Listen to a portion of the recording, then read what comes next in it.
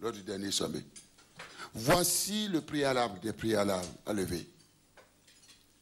Il est temps, je leur ai dit, qu'on en finisse avec l'instabilité chronique de notre continent. Et que nous puissions aller dans les racines. Parce que nous avons le sentiment que nous sommes en train de nous écarter de la vision des pères fondateurs de notre organisation, l'Organisation de l'Unité africaine, comme Nkrumah et consorts.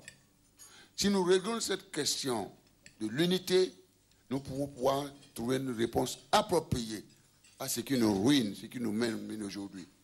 Et qui fait que nous donnons le sentiment de ne pas nous prendre au sérieux. Mais on s'est entendu que l'unité du continent est fondamentale. Et faire en sorte que cette unité puisse être partagée pour renforcer ces valeurs cardinales.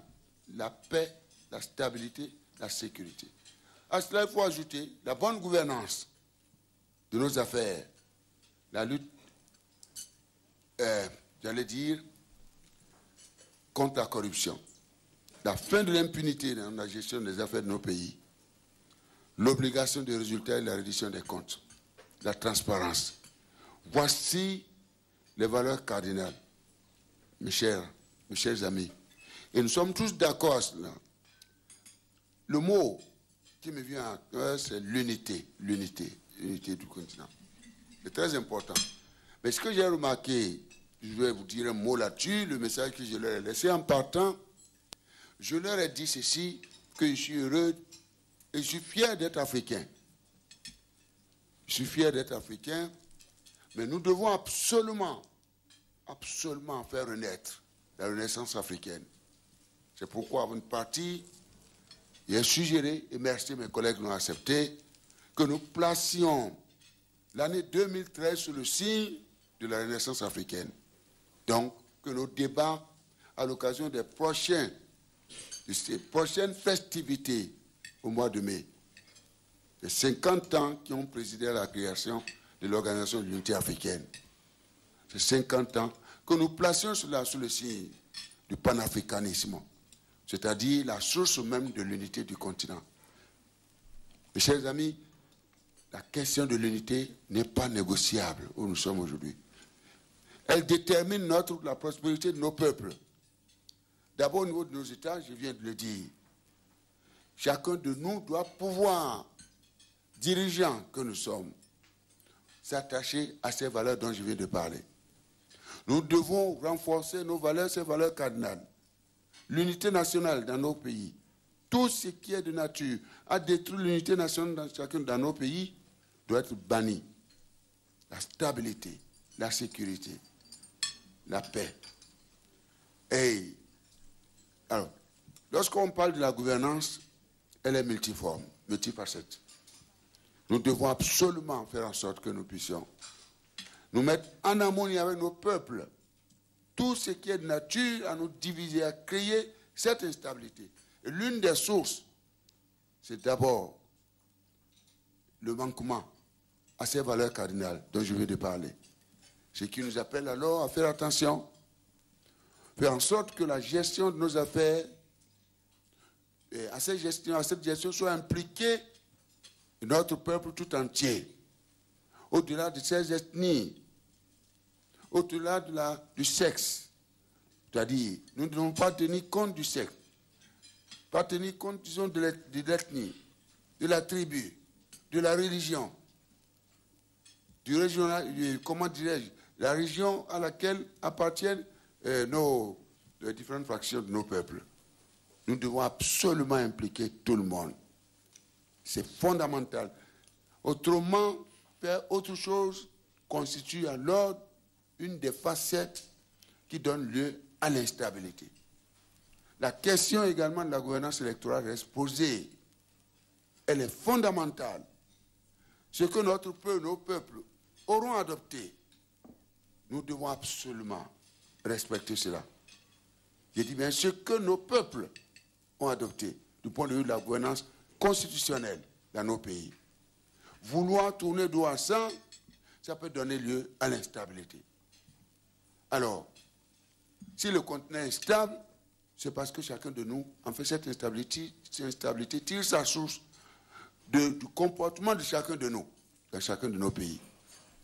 Le deuxième message qu'il faut retenir, mes chers amis, c'est la gestion des affaires de nos communautés économiques régionales.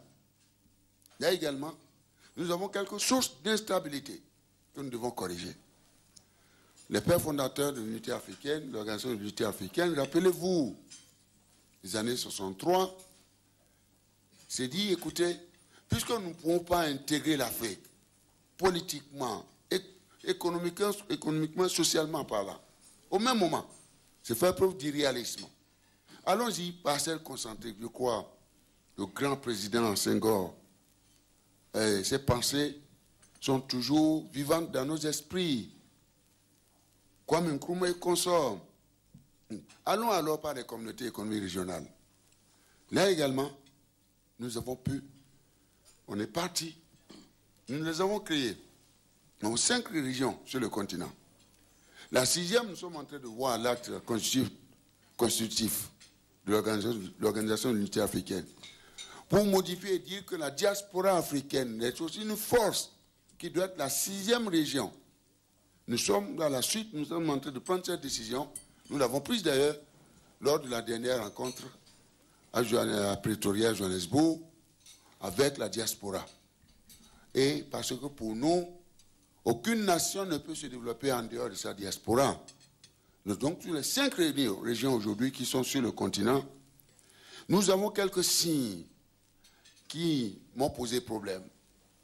Je leur ai dit, ces communautés sont faites pour rapprocher les États.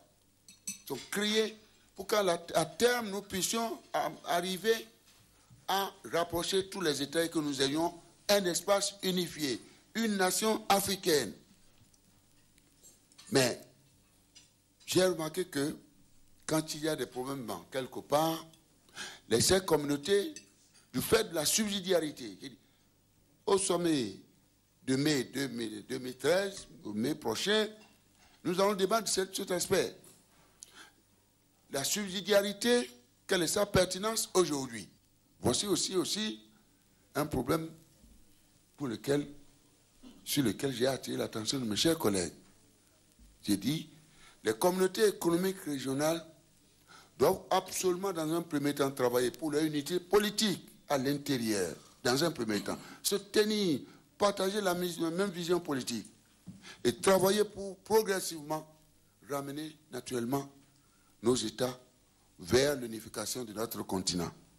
Je le dis parce que lorsqu'on prend l'Europe, après la Seconde Guerre mondiale, vous savez très bien, mieux que moi d'ailleurs, eh bien, on n'a plus parlé de guerre. L'Europe n'a jamais dit, non, si cette crise concerne un pays de l'Europe du Nord, eh bien, donc ne concerne pas les autres pays de l'Europe de l'Est, de l'Europe du Sud, de l'Europe, etc., etc.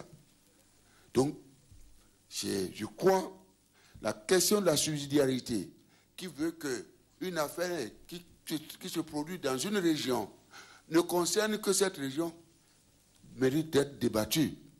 Et qu'on voit dans quel contexte. Parce qu'à un moment donné, c'est des questions qui nécessitent naturellement la coalition des efforts de l'ensemble des pays du continent pour que rapidement nous puissions créer, surtout lorsqu'il s'agit d'un problème d'instabilité dans un pays.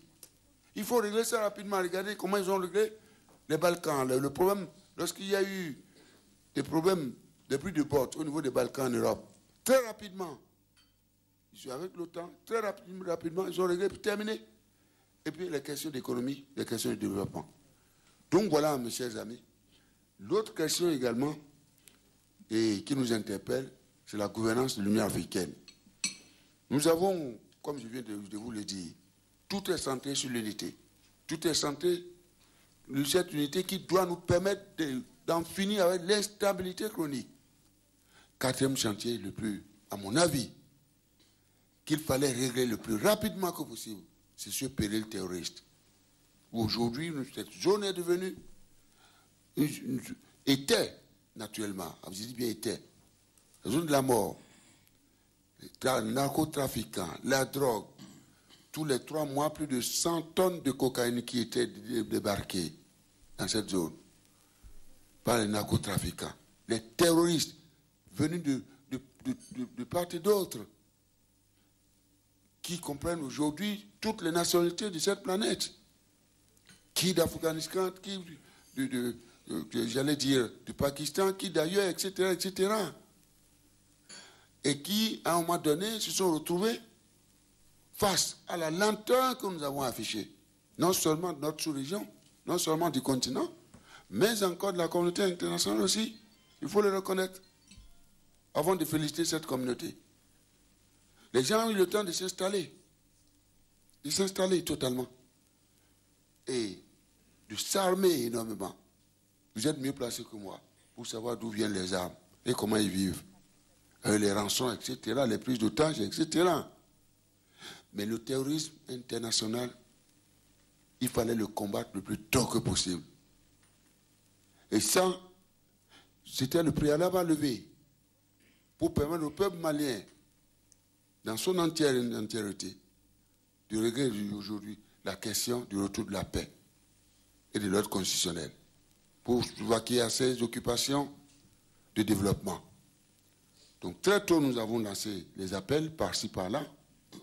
Mais pendant qu'on croyait, j'ai dit bien on croyait à la bonne foi de certains mouvements, notamment le MNLA en Sardine, parce que d'aucuns disaient, voilà, il fallait leur donner la chance. Mais ils nous ont trahis. Moi, j'étais au Canada. Lorsqu'ils ont attaqué, ils ont déclenché, ils ont été les premiers à déclarer la guerre à l'humanité. Donc, pour prendre Mopti, aller à Bamako. Mais si le Mali tombait, le monde entier allait tomber. Et c'était le message que je allais porter à mes amis canadiens.